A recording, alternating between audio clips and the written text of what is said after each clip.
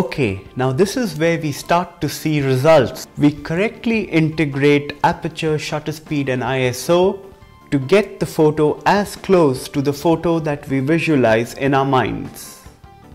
So the question that I have for you today is, you know about shutter speed, you know about aperture and ISO sensitivity, but which one of these parameters would you set first and why?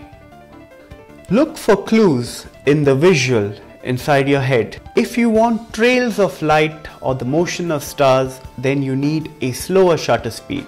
So how does aperture affect the photo? The answer: depth of field.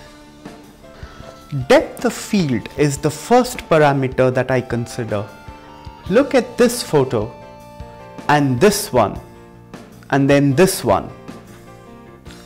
The central object in each of these photos is sharp, but the sharpness of the foreground and background have been altered through the camera, not Photoshop. Aperture is the only parameter that influences depth of field. A wide aperture, that is a smaller aperture value, for example 3.5, results in a shallow depth of field. Increasing the aperture value narrows down the aperture opening but extends depth of field.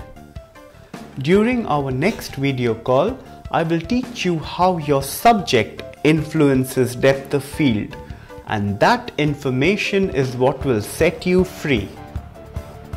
Thereafter, we can start making photos in low light, now that you know ISO, shutter speed and aperture. Let me see some results so that we can discuss some improvements if needed.